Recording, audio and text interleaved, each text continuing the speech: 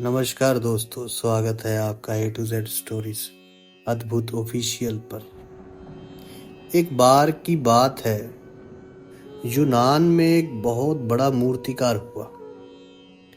उस मूर्तिकार की बड़ी प्रशंसा थी, सारे दूर दूर के देशों तक।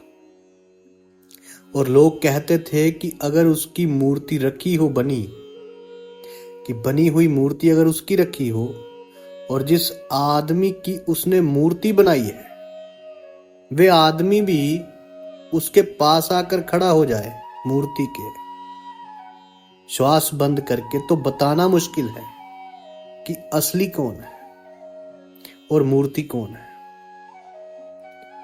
दोनों एक से मालूम होने लगते हैं। उस मूर्तिकार की मौत करीब आई तो उसने सोचा कि मौत को धोखा क्यों ना दे दूं। अब उसने अपनी 11 मूर्तियां बनाकर तैयार कर ली और उन 11 मूर्तियों के साथ छिपकर खड़ा हो गया। मौत भीतर घुसी तो उसने देखा वहां 12 एक जैसे लोग हैं। वे बहुत मुश्किल में पड़ गई होगी।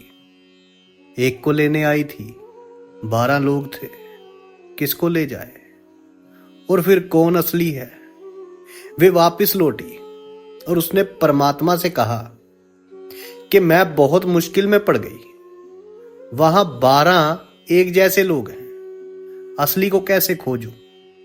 परमात्मा ने उसके कान में एक सूत्र कहा और कहा, इसे सदा याद रखना, जब भी असली को खोजना हो इससे खोज लेना।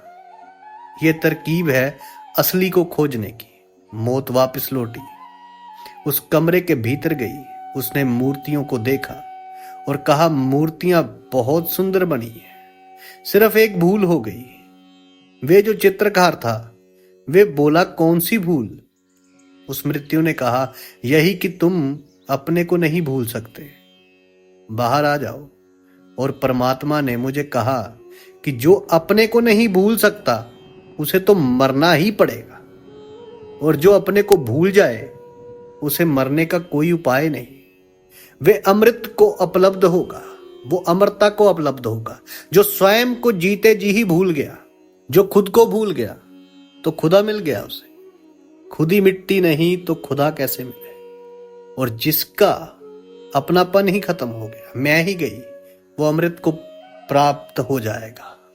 साधु संत फकीर गुरु रहबरों की सदा ही जय जयकार।